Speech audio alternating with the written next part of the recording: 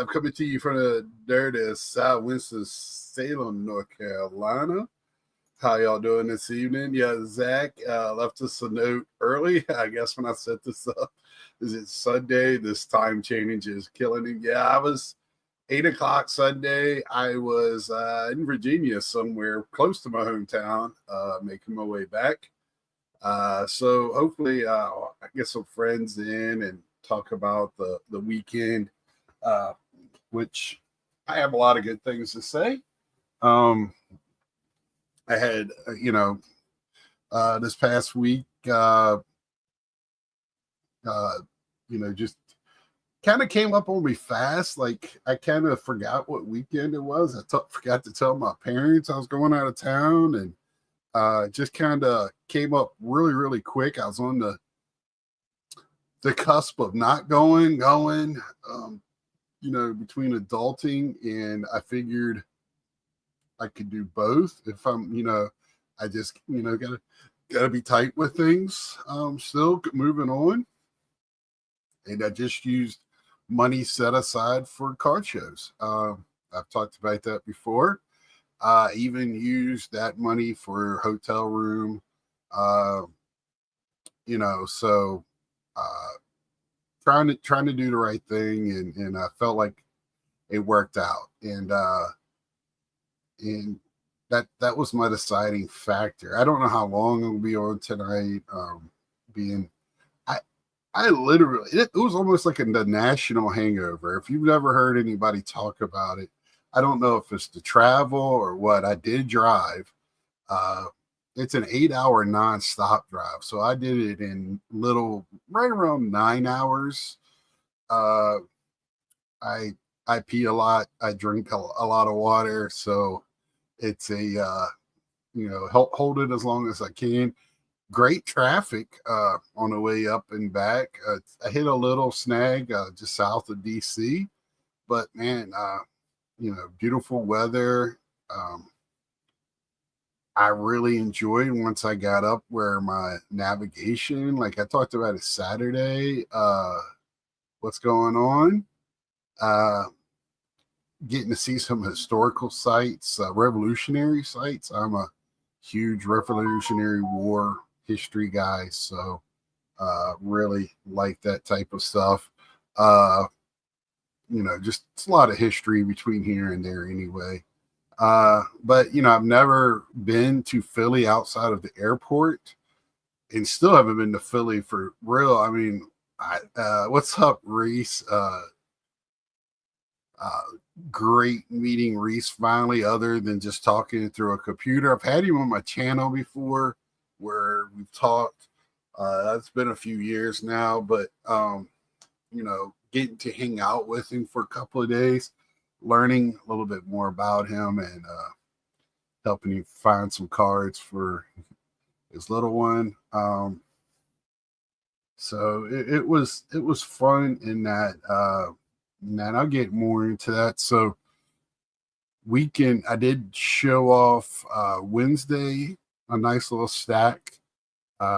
Just keep knocking off cards, here and there off of my PSA registry with Gary Carter. It's tough for me to find some of those cards. So when I do, I try to kind of go after them. Bought some other stuff this week or off of eBay, not a lot, but one here or there. But I'll have Wednesday this week. I'll be showing what I picked up from Philly, but I'll be talking about it tonight, of course. Some things, some takeaways. So I stayed in King of Prussia. A little bougie for me. It was a little high-end area there. I joked Saturday I couldn't even find a drive-through window to grab something to eat. Was that Friday night, late night? Yeah, I just wanted to get a quick bite and pass out. I've been up since 5 o'clock Friday morning. Drove up there, went to the show. Ed and then we're talking me and then we're telling me and Mike about the parking. I didn't find parking to be that bad. Yeah, you had to park. I think the what's up, Joe?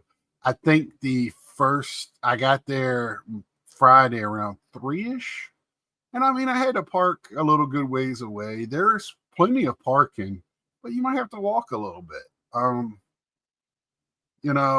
It had another big in another hall. They had a pet expo, which I've never heard of before. It seems to be a pretty big deal. It was 3 days. I think it was 3 days. It was there all 3 days we were there, and there was a lot of people at that too. And then right beside us on the weekend, there was like little kids gymnastics, like 10 tennis. So there was a lot of stuff going on there.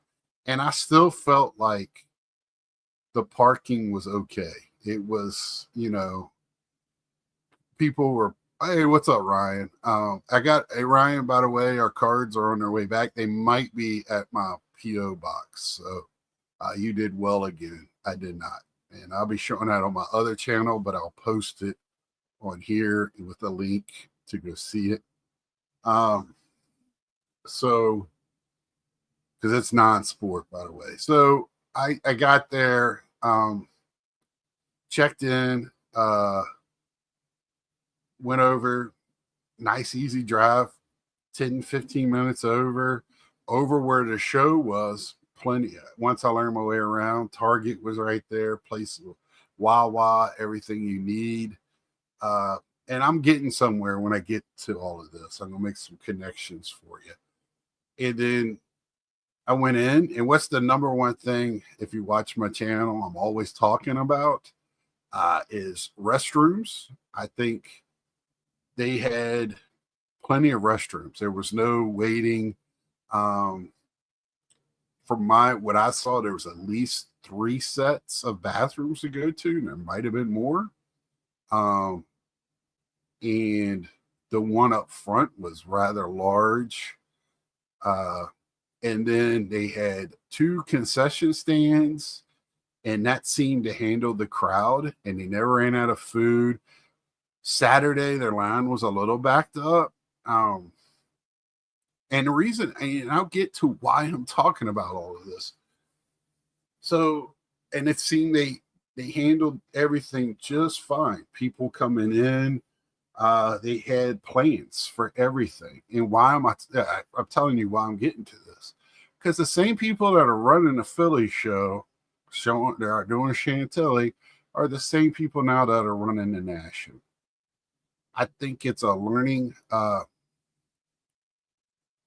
Yeah, I can do that to you, or I could send them to you on the phone.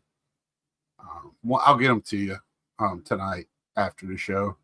The reason why I'm talking about this is I think it's a learning course with these guys. This is not even close to a national. It's probably third, quarter of the size. But I'm talking about per how many people are there. I think they learned, and it was very well organized. I have to give them a round of applause for that one. To the Philly group that was there, for them to have almost every major Eagle that was on the Super Bowl team at the show doing signings all 3 days. That was a mob in itself of Eagles fans, and there was no issues. They kept everything organized, and they had to move people that were going to be there to the September signing or whenever their next show is. But I got to give it to them. It was a very, very what's up, Orlando? Very, very well big show, regional show. Very well run. I got to give them that. It was very, very well run. I think $20 at the door is probably a little too much for that show, because even though it's a bigger show, it's still a borderline 1 day show. It is. I got there Friday. I didn't even take my backpack or anything. I just kind of went in there. I made one purchase because I couldn't pass it up. I When I saw it, it caught my eye. Um, at the price tag at the point, and then I was like, man, that seems low.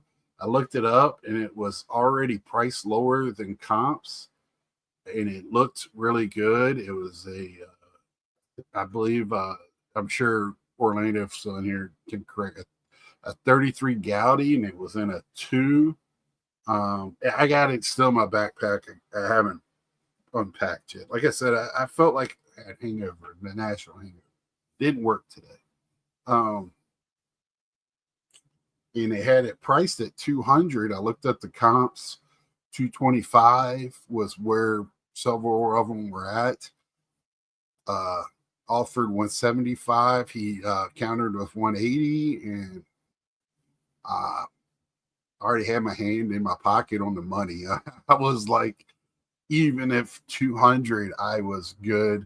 And it was a my guy that I've been collecting. I'm going. I'm telling you, today's been a rough day. Mickey Cochran, geesh. Yeah, I didn't even do with my dad. I've been beat all day. I've been fighting not to go back to bed. So yeah, just I couldn't pass that up.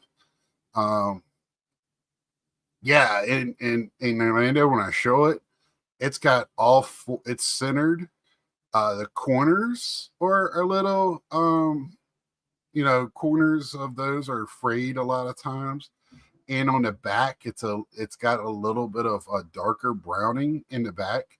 No paper loss, no creases. Very, everybody's going to say, oh, it's an awesome 2 or whatever. But I really, really couldn't. That price, I showed it. Oh, Saul B. Roth Sunday. Man, he's up there as one of the top guys of this hobby. Showed it to him, and he was like, yeah, I would have bought that, at that price. So, that was, I respect his word very, very highly. Of course, Mike and Ed and Reese saw it, and they were all like, yeah, that was, and that was the only pickup. I wasn't there to really buy anything Friday, but of course, you're in there, you're a card guy, you're walking around, and it just caught my eye, and it was a lot of good vintage in there. It was a couple of different dealers that I don't see at Chantilly. Ed asked me how I felt about this show, and speaking of Ed, let's bring him in. What's up, Mr. Wesker Griff? Hey, Scott, how you doing? All right, brother. I was just you asked me about how I felt about the show, and I'm honestly, it reminded me a lot of Chantilly, but better run. I was telling them before you got, I don't know, did you listen before you got on? A little bit. Yeah, this was one of for how the size. What would you say, quarter size of the National? Third? I would say a quarter, because the Yes. the National's huge, Scott. It's right, so big, and that's as what you I'm know. saying. How big it's getting, it's but I thought it was a very well-run show. It could have been a madhouse with all those Eagles in there signing. I thought it was going to be nuts, and they just ran it so well. Well, it used to be at the Valley Forge Casino, in the basement of the Valley Forge Casino, and it outgrew that around 2021. It kind of became a fire hazard. Right. So the only was much needed. Right. The downside was, I think, the price of admission, which they raised. They raised for this show.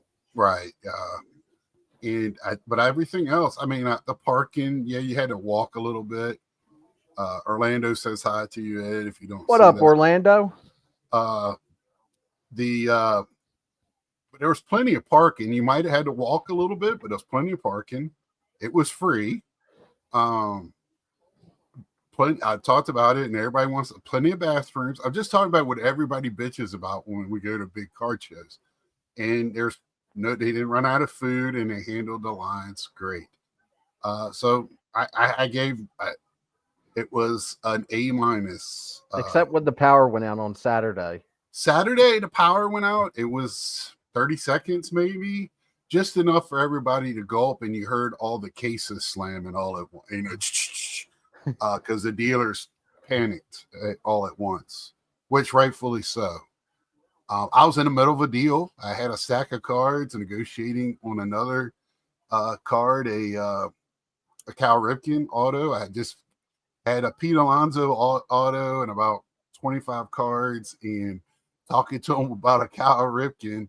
And as the power went out, and then it comes back, and he gave me a good deal because what did he say? We went through something together. That's what he said. So, I told you there's only two ways that the power went out. Either the Canadians flipped the switch, which is certainly possible, right, or all the vintage and modern flippers taking up too much juice on the grid, checking the VCP and checking the card ladder.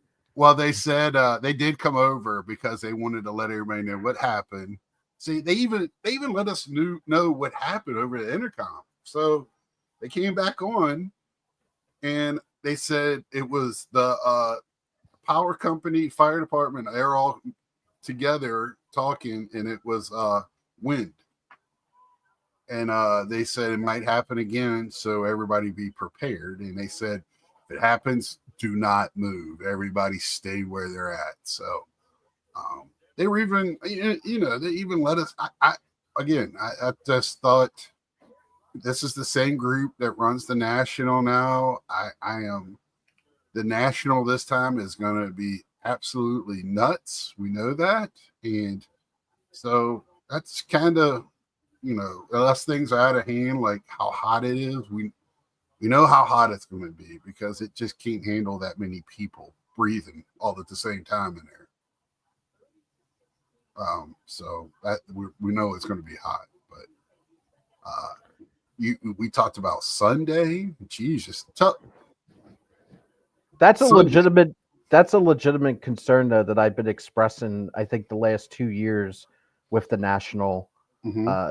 I know it's not the Philly show, but the National's going to run into a logistics issue where they're just going to have too many people in an area, and I don't know what they can do about it to quell that. I think the only thing possible that you could do is an attendance cap, because that's what other large conventions do. Mm-hmm. Because you can't have 150,000 people at the Rosemont Convention Center. Right. That's and now a they're fire going to have hazard. A second floor. They're going to open up trading, I guess, for kids all day, so they're not sitting out in the front. Which we saw it worked there. They had a trading site inside there for kids. And remember, it's there the next 3 years. Right. And attendance keeps growing every year. So if you have conservative estimates of the attendance growing, and we know from the National themselves, they said that I think it was in 2022. They broke the record the last time. They broke the record from Anaheim. They're going to break that this year. Yeah. They went over 100,000 people. So even if you see 2 to 5% growth on attendance, you're eventually going to be hitting 150,000 people. And again, the Rosemont Convention Center cannot handle that amount of people. Right. That's why I was so bewildered why everyone was getting all bent out of shape over Cleveland, because the IX Center is a larger convention center than the Rosemont venue. So, and they still had a little bit more space to use if they really, really needed it. Correct. They could have opened up the west entrance, so they still had plenty of space available. Yeah, but we'll see what happens with that. We'll see. It's going to be an adventure, put it that way. So this was my first Philly show. Like I said, it was basically Chantilly, but it had some different vendors, but it was a lot of the same vendors. But the setup was a lot better because it was all in one room. And Chantilly's all in one room, but it's just autographs now are in another room. But And it probably was a little bit bigger than Chantilly because of that back room of vendors, but we'll get to that in a minute. Did you think this was a well-run? You've gone to many Philly shows. Was this a well-run show, or am I just talking because? No, it was a well-oiled machine. They did an incredible job, Yeah, and I think it was a highly successful show. I think you'd be hard pressed to find anyone that didn't have a good time at that show. right. Because even how you talked about on your recap video how packed it was, and some places you couldn't walk down. There was plenty of other places that you could go and look at cards. Correct. The last it was 9 aisles. The last 3 aisles were you could go 4 aisles. It was that front part, and then when you went back towards where the autographs were, that was the two crazy parts. And it loosened up as you walk through. So you could find a spot, and there was plenty to look at everywhere you went. And the hours were so long on Friday because I mentioned it in my recap. On Friday, I got there at 4:00, and I don't know if it was my timing, but every table I kept going to was just people selling. So it was hard to see the showcases because money spread out on the showcases, cards are spread out, cases, briefcases, whole vintage sets are spread out there. So there's a lot of wheeling and dealing going on, and you really can't see the showcases. But the show was so long, it was 1:00 to 9:00 at night, that it didn't really matter because you can walk around other areas and still see showcases, and then you could circle back to those showcases that you didn't see because there was either vintage or modern flipping going on. Right, because I mentioned that it's probably that is still you can do one day, right? Easy, but it's nice to go 2 days because you could take your time and really see everything. It's that kind of size. It's one day if you want it to be, two if you want to make sure walk around, get the best deals, whatever. But and Chantilly's the same way. It's on the cusp, right? But again, I thought they had plenty of places to stay. They got a lot of areas around there. Everything, and then we're like, I came from King of Prussia, so I was like 15 minutes away, and I got there in less than 50. I never was 15 minutes to take me to get there. It took me longer to find a parking spot than to get there. So, I got lucky all 3 days with my parking getting closer. But even if I had to park way out there, it didn't matter. I was going to walk around anyway. That amount. I was going to either be walking from my car or be already inside walking around. I'm going to be walking regardless. So, Sunday the parking I didn't luck out on. I had to park further away. I wound up parking in BJ's, and that wasn't that far of a walk. It was about a mile walk. No big deal. Sorry, I got stuff ending on eBay tonight, so just seeing. Good thing is eBay paid for half of my trip, so I'm trying to see if I get the other half tonight. All right, Ryan, I sure will, brother. I talked to Jesse today too. He's in Orlando. My buddy from Iowa went down to Florida to actually see a real beach. So him and his kids had never seen the ocean. So that was pretty cool. But anyway, little things like that, man. Little things.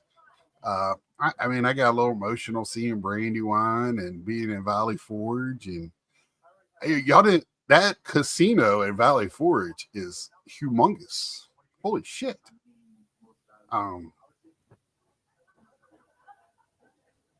Yeah, I know he is. Sunday. Tell me more about Sunday. You've been to many Sundays. This Sunday was incredible there. I couldn't believe how busy it was. I still can't believe how busy it was because Sunday's always the dead day. Mm-hmm. There's never anyone there on Sunday, and obviously in September and the December show, the Eagles typically will play, or it'll be at NFL Sunday, and it'll Mhm. be like really bare bones there. So if a Sunday is going to be busy, it's going to be in March when there's really not too many sporting events going on. But I just could not believe how busy it was on a Sunday. It And felt they like did have, prime time on a Saturday. yes, they had a few Eagles in there signing, not as much as either other day, but I think there was more. So what happened? I was talking to Ty, which is John with other numbers behind it. Don't get me, I'm terrible with numbers. Uh, which is Ty is his real name. I was talking to him Saturday how weird it was. Like, I understand the Eagles are there, but man, when they started getting deep into the signing on Saturday evening, afternoon, it got empty on the card side. I was walking around. It was not like that on Sunday. Sunday, it stayed packed from about 10:30 till the time we left at 1:30, 2 o'clock. And it was packed Yeah, all the way that whole time. both areas were filled up basically. Right. The card, the show floor, and the autograph section, they were both filled up.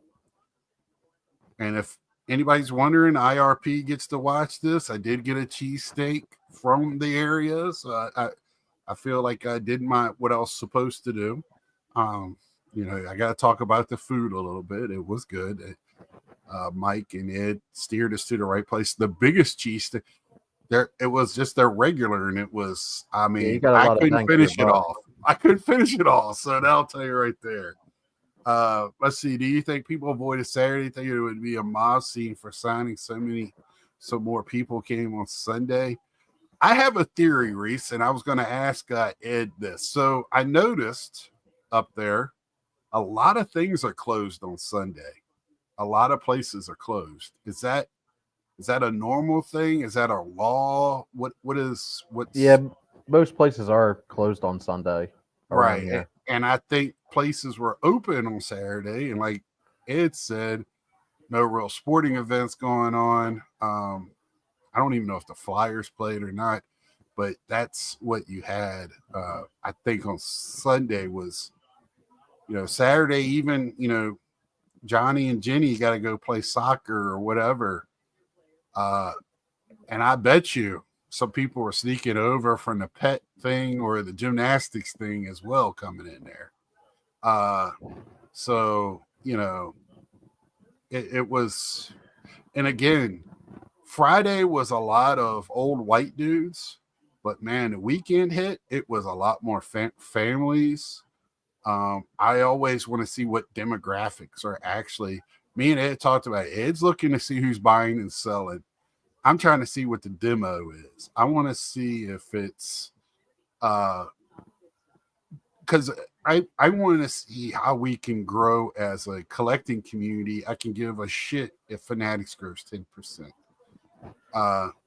To piggyback on what you said, though, Yeah, that's one great. of the things I love going to card shows for, because I want to see the dealer interactions. I want to see Mm-hmm. what the dealers are selling. I want to see what's in their showcases.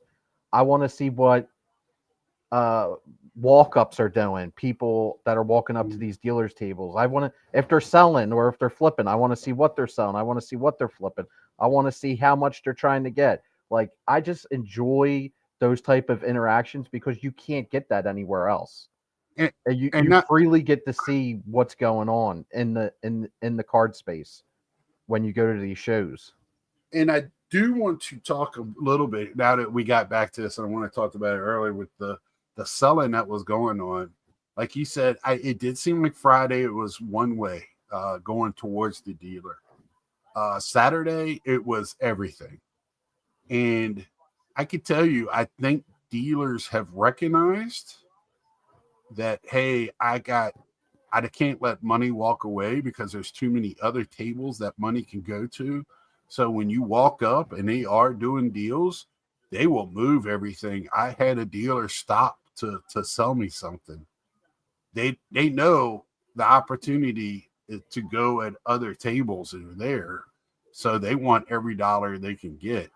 So, and I didn't interrupt. I wait, I see money, I understand it's a business.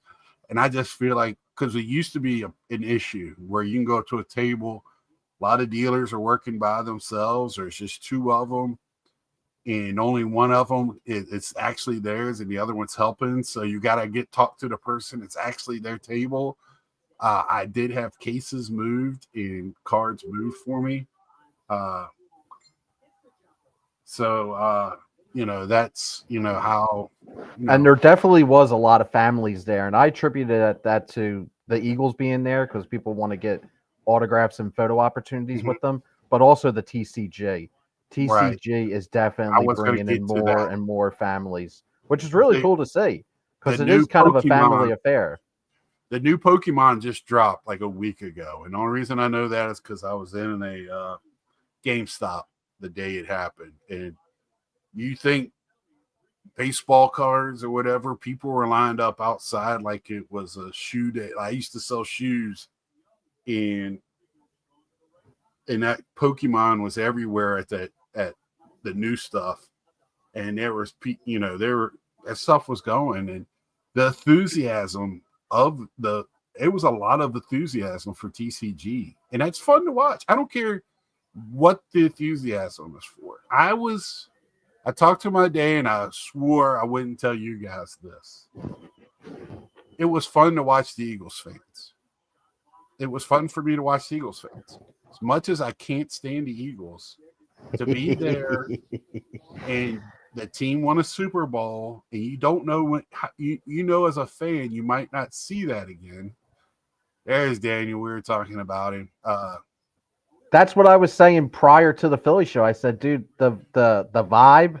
I know sometimes we don't like that word, but I said the vibe's just going to be jubilation. People are going to be happy. You're going to see big smiles, everyone in a joyful mood. And I'm not saying this because I think anything differently of Philly fans. I just thought it was going to be crazy back there. And only once or twice did I have to hear the guy on the microphone ask for people to stand back. When you're at the National or some other shows, they're constantly telling them. It was just chill, man. And it was, I can do without seeing another Eagles jersey for a little bit or the Eagles chant. But it was so nice to see the happiness, the joy of a group of people because of a Super Bowl. And a lot of Eagles chant.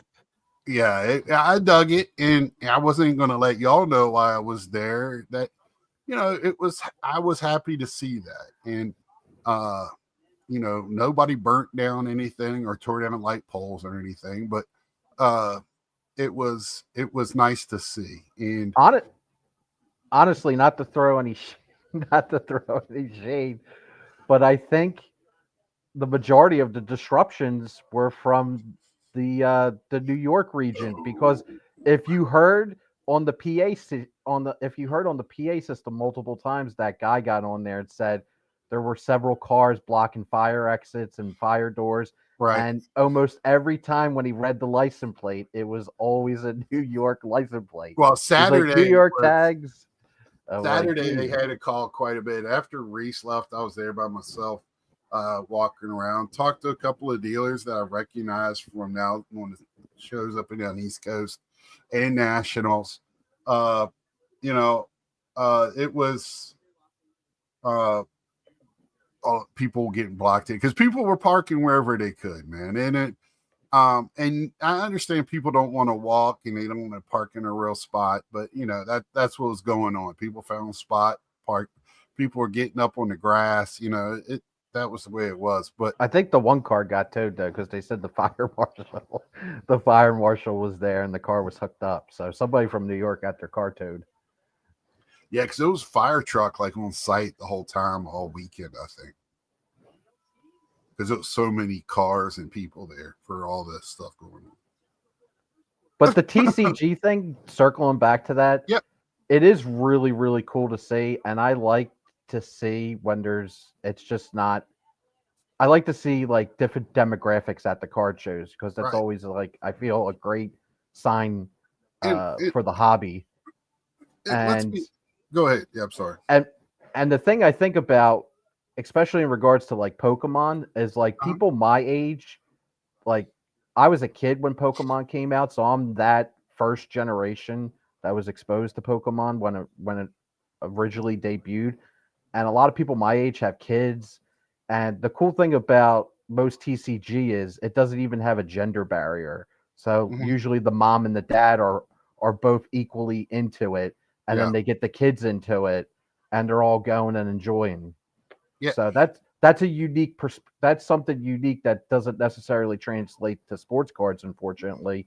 But you're seeing it with TCG, and I just think it's Well, great overall for the I'm hobby. going to translate it to the baseball or sports cards because you talked to Reese about this.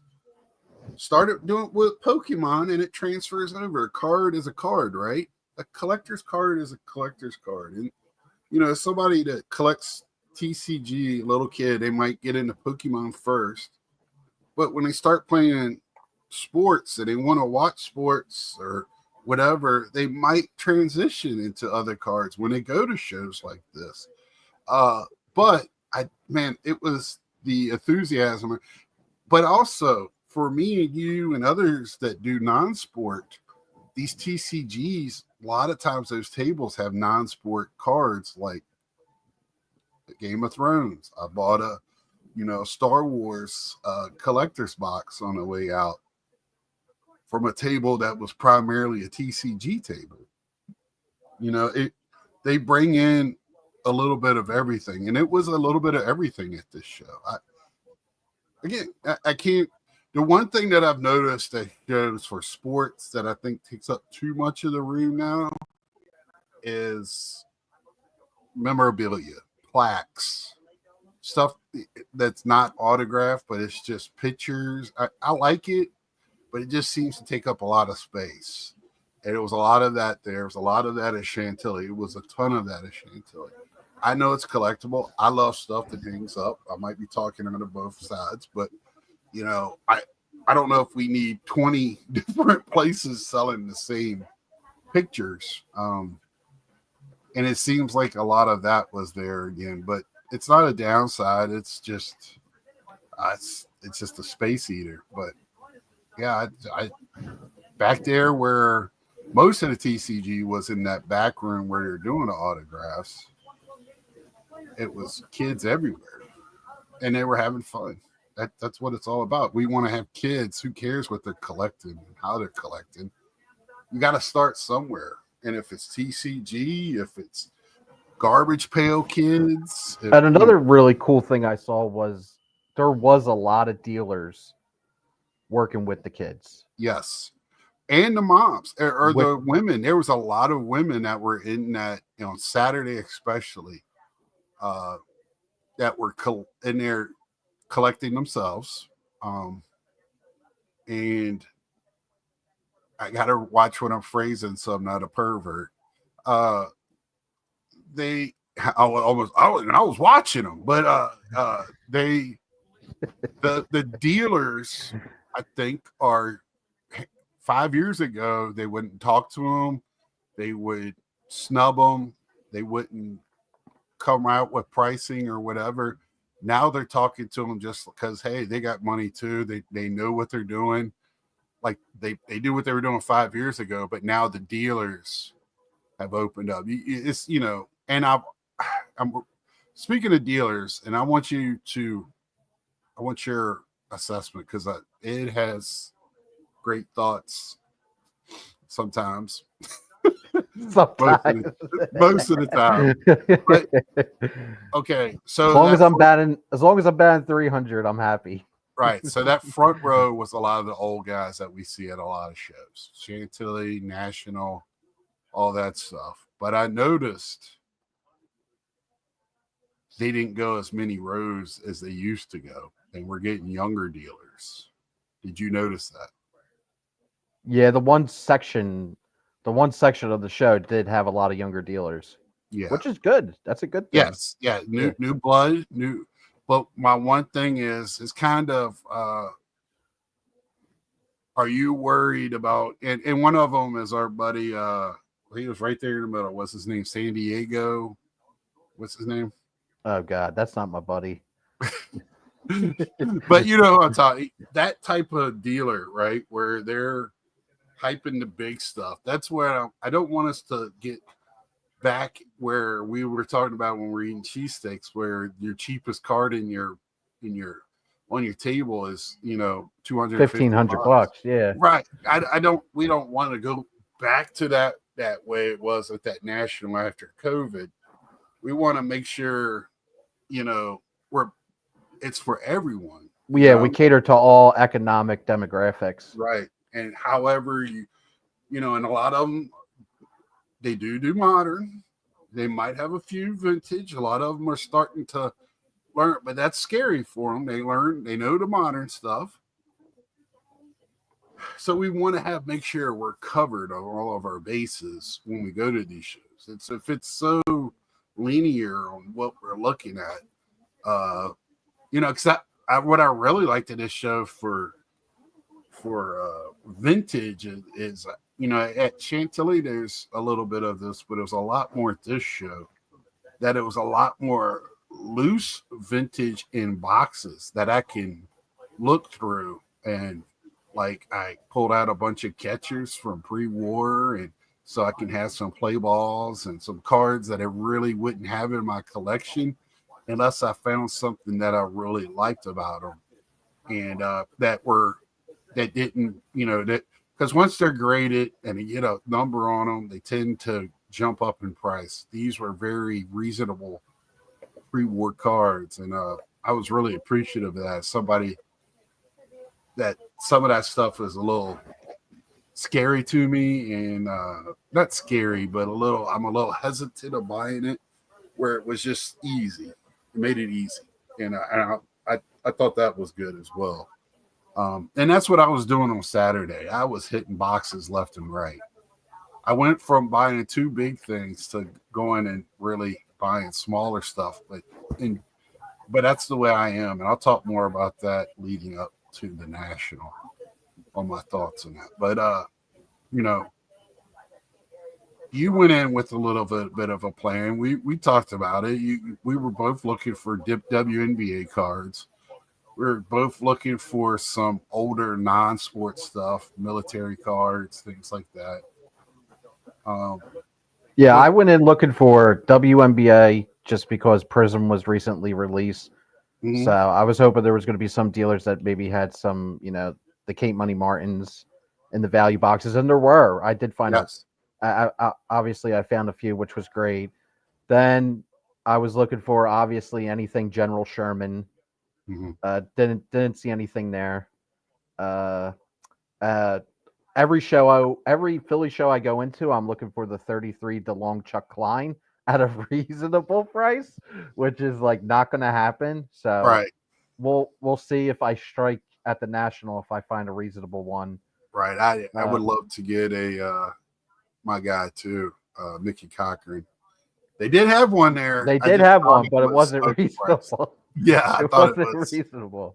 I mean, it wasn't terrible, but I think it was well over comps. And I know people don't want to hear that. Oh, that one has better eye appeal, though, Shane. Yeah, but when you have to have a point where where you have something to compare it to, which is a comp, and as much as people don't want to hear it, I could choose not to buy it as well. I'm not going to buy it just because that's the card I want. I don't feel like that was the right price. And my Campanellas are just going up in price. And yesterday's high price or today's bargains, and I'm definitely seeing that with the Bowman Campanella. So, but this was the first Philly show ever that I did not buy anything Philly related. Like that for me is completely unheard of. I did not buy any Phillies, any Eagles, Sixers, or Flyers. It was all different things. Like that. I was thinking about that when I was doing my recap video. I'm like, this is weird. So I don't have any Philly related stuff to show off. But the Eagle stuff was a lot of the Eagle stuff, and rightfully so. I understand they just won the Super Bowl, so you're going to be paying a premium on most of the players' cards, but it was pretty steep.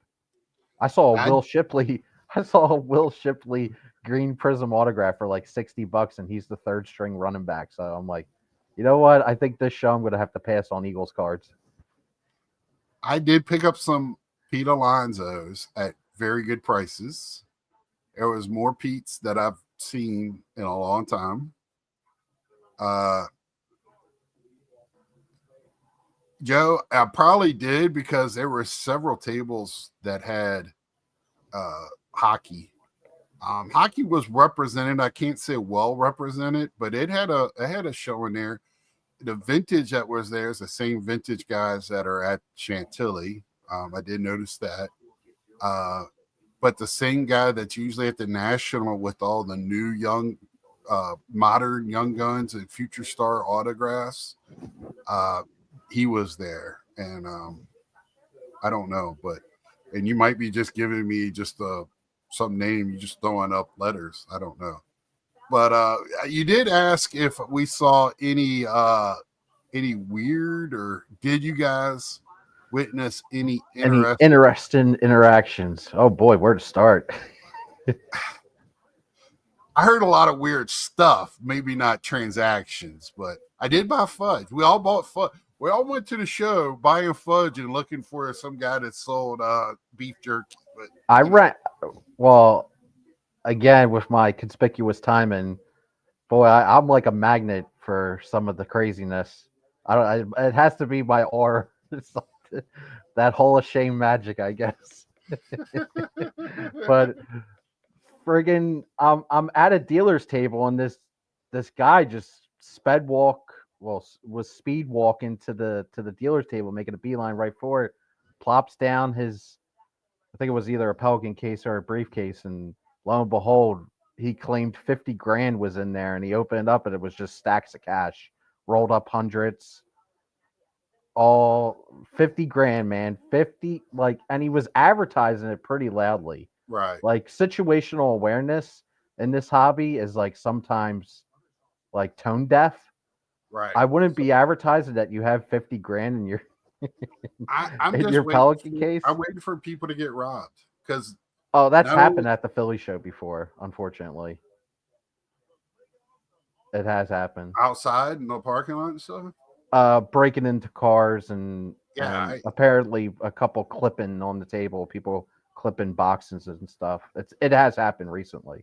That's why there was more police there. If you noticed, I really didn't notice. Because I'm just waiting for somebody to just come in the front door and start wheeling, 4 or 5 guys are just grabbing, going up to the first 4 or 5 tables and tell them to give me all their money and walk out. No, walk out with a big knot. I don't know who would stop them, but that's. But this guy apparently he sold a Mickey Mantle, so he flipped a Mantle, and this was midday. This was like 6 o'clock on a Friday. This was on Friday, Scott. Mm-hmm. So the banks are still open. So I guess maybe it was agreed upon before, because I don't know. I imagine you gotta let the bank know if you're taking out 50K in cold hard cash. And this dude was just over the moon. He was like a kid on Christmas. He was literally jumping up and down. He was that excited. Right. So big time flip. So the craziest thing I heard was I'm at a table and somebody asked a young man how his day was going. This was like Saturday, because I got there Saturday about 1 o'clock, I guess. So this is like 3. And the guy goes, "It's going well. I've already flipped 3 times." And he was literally saying, I had 1 card, flipped it for another card, and flipped it for a bigger card. And he's going to see, he wasn't done yet. And I don't think that's crazy, but that opened to my eyes to some of the stuff that some of these guys are talking about, that it's just a different way of these young guys of collecting. That's their fun. But it just opened my eyes to what they're talking about. I was like, okay. But I don't find it strange. I just find it different. And I think they are missing the enjoyment that we get out of it, but they get a different kind of enjoyment. They're probably looking at me like a dumb because I'm not trying to get financially stable off of selling cards or whatever.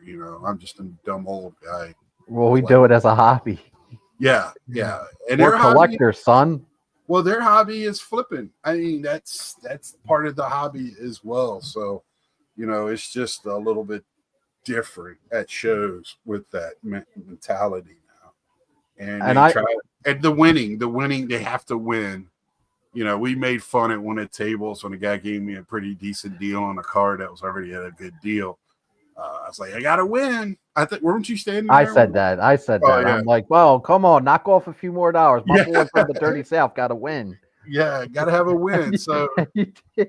He did. gotta have some meat on the bone. He dropped a few more bucks. I mean, I Yes, was just doing it tongue in cheek, just to be a smart yeah. ass. So I mean, but it's the art of the deal, baby.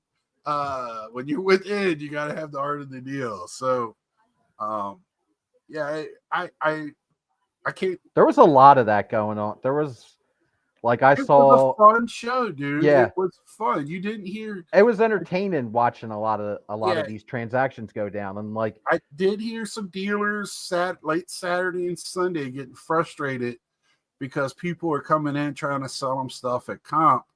When you're selling to a dealer, you're only going to get 60-70% at best at most times from a dealer because they have to make, it's a business. They got to make money.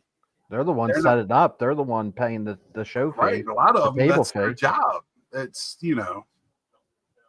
I got another job I'm going to in the morning, or a job. It's not my job. So, When I see that in person, I always try to stand up for the dealer. Like if I see that in person where the guy's like just being very entitled to a certain price, I'm right, like, yo, boss, you know that, he has to pay for the table. He right. has to pay for his time. He has to pay to Travel set up, to expense, travel. What do you just walk straight in willy nilly in one bills full at comps? home. Get out of here. Right. I just think, that's crazy. I mean, Jesus, that's, and again, it's your right to walk away. The young dude I thought was his dad. It was two young dudes and their dad at a dealer table. They were dealing, and the kid needed the Jordan to uh, to make his set, the Jordan, the Fleer rookie. And man, I thought I was going to be watching a verbal. And they laughed at the end, all of them. But the dad was, getting a little heated because the other guy went up to try to sell it, and then they were going back and forth. And then the guy trying to sell it said, "Well, I don't really want to sell it anyway. I like this card. So, what are you doing? What you're just trying to get over on somebody, and these guys are dealers. They do this for a living. You're not gonna get over on them. You better put it on Facebook Marketplace or something."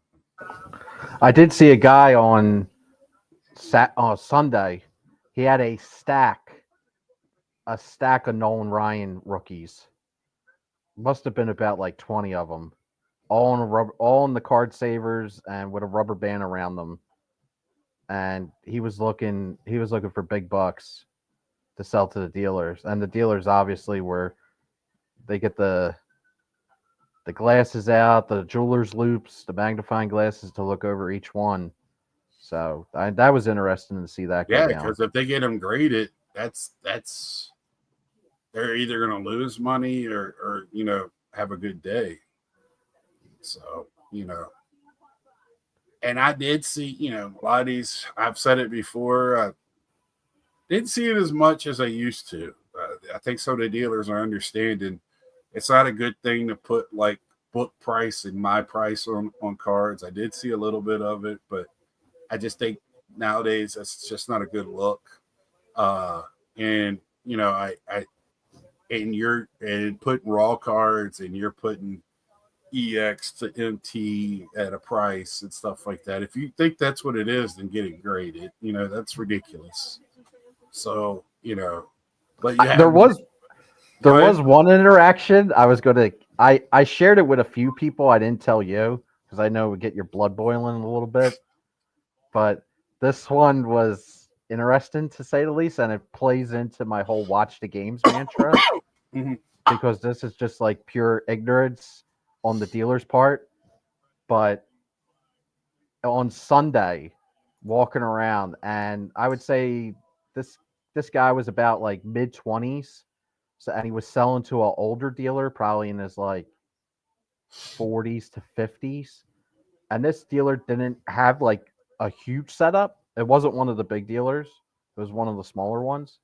Mhm. And he was looking to sell a stack, probably about like 6 to 10 2011 tops Freddie Freeman rookies.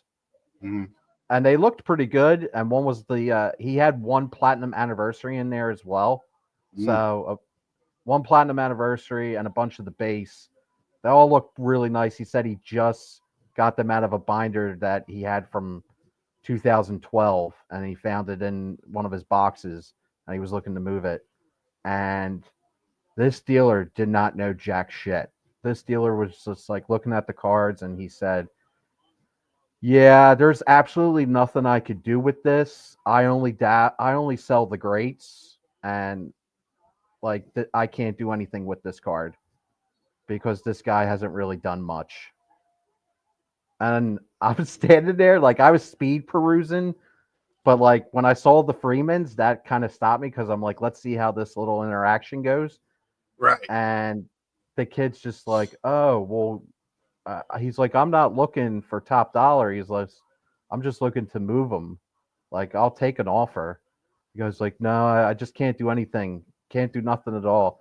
And I'm like, relax. I go to the guy. I'm like, relax, man. That scrub only hit a home run in 6 consecutive World Series game. He's a bum. He's a nobody. Don't worry about it. MVP, the best World Series of anybody. And I mean he's going to probably be a first ballot Hall of Famer, but you know And then that's I looked at the dealer showcase. I'm like, okay, who does he hit? Let's see these greats. right. And he literally only had like 3 players I in would his have loved to showcase. see that It was diamond Mantle. anniversary. All he had Mantle, Mays, and he had Koufax. So I'm like, okay, where's Ty Cobb? Where's where's Hank Aaron? Frank Jesus Thomas. Christ. Where's I'm like, I this guy probably hasn't watched a game since like 1987. Or So probably I never guess has. He probably he excuse his knows those ignorance. names.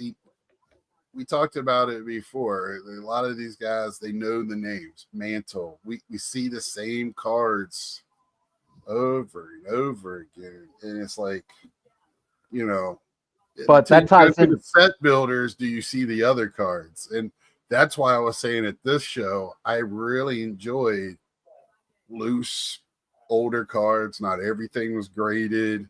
They won't trying to you know get every dollar out of the brick, the boulder.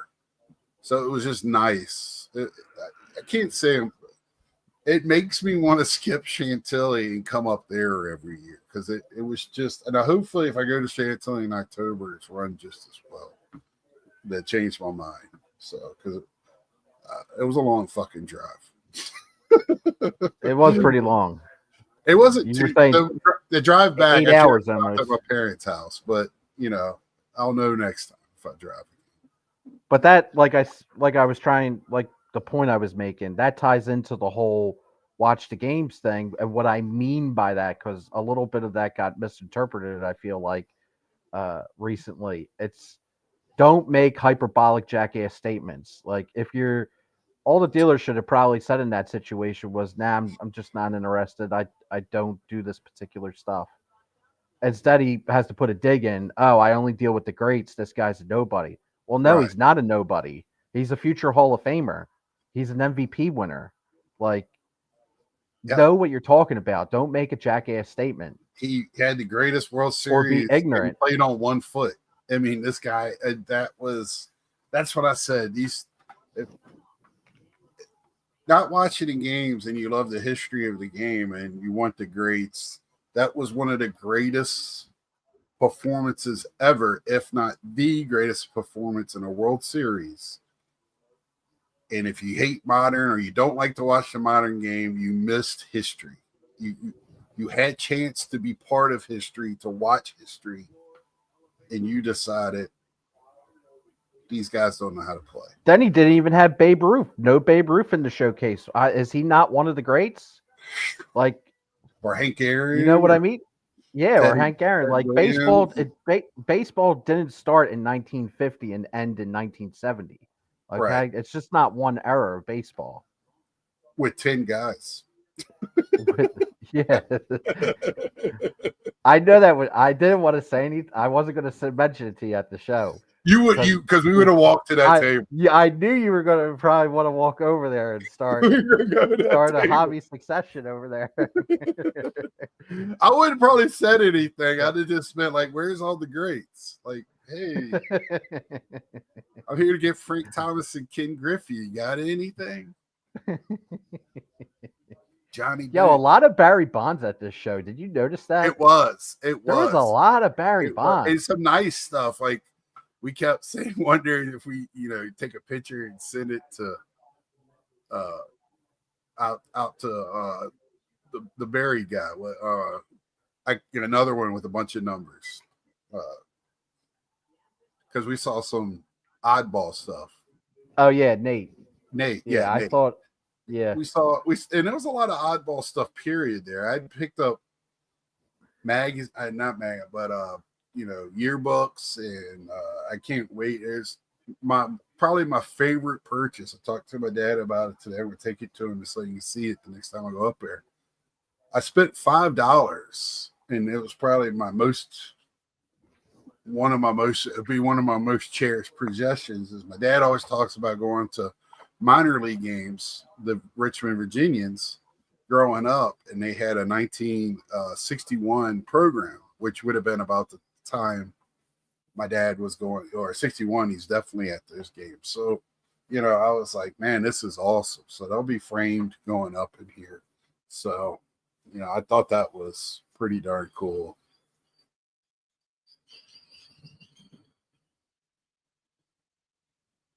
I don't know what the hell's going on in my hallway. But anyway, that's that dealer. He's knocking on your door and he wants to sell you one of the greats, even though it's just 3 players. Yeah. So before we sign off, I just want to say, if you're in the Northeast, or you got a few hours that you can drive to the Philly show, and I know we got shows all over the country, or you could buy off of eBay or whatever. This show was a great time. If I wouldn't have bought anything, I would have had a great time. Walking around, the enthusiasm in that place, and it was all the way through Sunday, all 3 days. These dealers, buyers, everybody was great. Everybody wanted to talk to you. I would love to talk to B. Roth and see how they did his table. He seemed to be having a fun weekend, and it was great. Again, very well put on. I'm interested to see how these guys do at the National, and with that large, I hope they learn some things from Cleveland and learn from here. And that's my final thoughts on the weekend. And I had a good week of buying. So, any final thoughts, Ed, before we sign off? Just that the Philly show was an incredible time. Awesome people, awesome cards, great dealers, and it's a historic hobby show. History, baby. Get amongst it. This is true. So I want to welcome my few subscribers that I've gotten this week. Thank you for subscribing. If you haven't subscribed and you're watching this, and I like to talk and bullshit. If you want to contact me, more in my about page is ways to contact me. And until next time, see ya. Go Birds.